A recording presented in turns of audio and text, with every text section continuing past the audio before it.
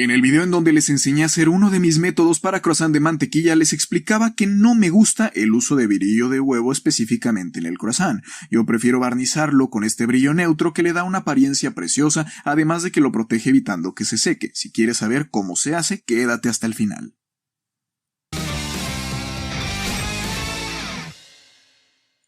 Prepararlo es muy sencillo, solo vamos a necesitar pesar muy bien las cosas. Comenzamos agregando el agua, preferentemente embotellada para que no tenga residuos de nada. Vamos a agregar glucosa o en su defecto podemos utilizar jarabe de maíz de alta fructuosa, pero no soy fan de este jarabe. Con las manos bien limpias vamos a humedecer los dedos y así vamos a tomar la glucosa. Esto nos ayudará a que no se pegue. Si lo haces con la mano seca o con una cuchara se te va a pegar por todos lados haciendo un desastre. Esto lo vamos a llevar a fuego bajo en lo que pesamos lo demás. Entonces lo dejamos aquí calentando muy despacito. Acá tenemos azúcar refinada. Es importante que sea refinada para no aportar sabor extra al pan. Ya buscando experimentar puedes usar mascabado, una parte de piloncillo, pero por el momento y por primera vez en tu elaboración usa refinada para que no vayas a tener errores. El siguiente ingrediente y parte fundamental de la receta es la pectina. Este no se puede sustituir por nada. La tienen en venta en las tiendas de materias primas para panadería y repostería. De verdad que es muy común porque se usa mucho en la confitería. Agregamos la pectina directamente al azúcar. Esto nos va a ayudar a que la molécula se disperse bien y no se forme ningún grumo. Estos 6 a 8 gramos son el equivalente a una tablespoon o una cucharada aproximadamente. Vamos a mezclar muy bien y aquí es muy importante mencionar que tenemos dos agrupaciones de pectina. Se los platico a grandes rasgos para no meternos en tanto rollo de química. Existe la pectina HM que es de alto metoxilo y la pectina LM que es de bajo metoxilo. No nos vamos a meter en el rollo de los metoxilos, esto lo dejaremos para la clase de pectinas.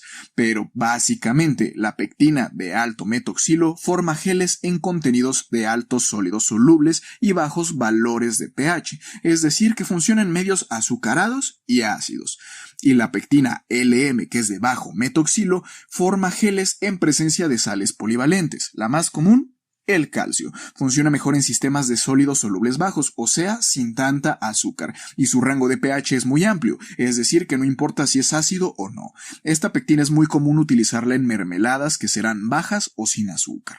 En esta ocasión tenemos un gran contenido de azúcar, por lo que será necesario usar la pectina HM, pero no te espantes ni te obsesiones, la pectina LM también funciona, solo que tendrás dos opciones, o usar agua de la llave que probablemente tenga algo de calcio, o agregar otro aditivo como citrato de calcio que te servirá para activar la pectina. Regresamos a la estufa, esto ya está calentito, apenas ha de superar los 60 grados y pues agregamos la mezcla de pectina y azúcar y disolvemos. Seguiremos calentando a fuego bajo, podemos subir a fuego medio incluso hasta que esto hierva.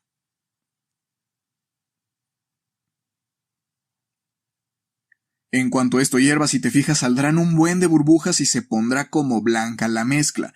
Vamos a apagar el fuego y tratar de deshacer todas estas burbujitas. Si te fijas, aún salen algunas burbujitas, pero ya es muy poquito. Estamos esperando a que baje ligeramente la temperatura. En este momento vamos a agregar los 2 gramos de ácido cítrico o 10 gramos de jugo de limón eureka, del amarillo. Esto es equivalente a un cuarto de cucharadita del ácido. Y esto lo estamos agregando para complementar el otro requisito que sea de pH bajo, o sea un medio ácido para que la pectina funcione adecuadamente. Ya que se haya disuelto, solo esperamos a que se enfríe un poco. Temperada la mezcla podemos guardarla, yo la pongo en estos botes de litro transparentes, pero puedes usar un frasco o lo que tengas a la mano. Observa la textura que justamente es como un gel. Básicamente ya está listo el brillo, lo puedes conservar en el refrigerador. En teoría podría durar así más de 3 meses, pero siendo sincero esto jamás se me ha echado a perder. Y su utilización es muy variada, puede recubrir frutas, dar brillo a pasteles hechos de mousse, glaseados y también dar un brillo hermoso a cualquier pan.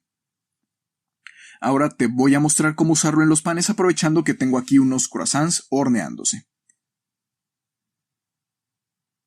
Recién salida la bandeja del horno con los panes bien calientes, tomaremos una brocha y remojada en el brillo comenzaremos a barnizar ligeramente. Necesitamos que el pan esté caliente para que el brillo pierda humedad y la pectina cause que se adhiera. Si se usa el pan frío vamos a añadir humedad aguadando la costra.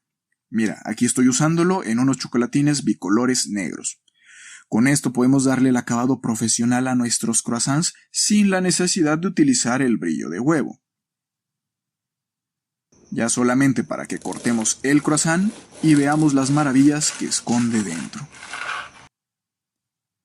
Por mi parte es todo, mi familia. No se olviden de darle like al video, comentar y suscribirse, así puedo seguir haciendo videos bonitos para ustedes. Les mando un fuerte abrazo y beso.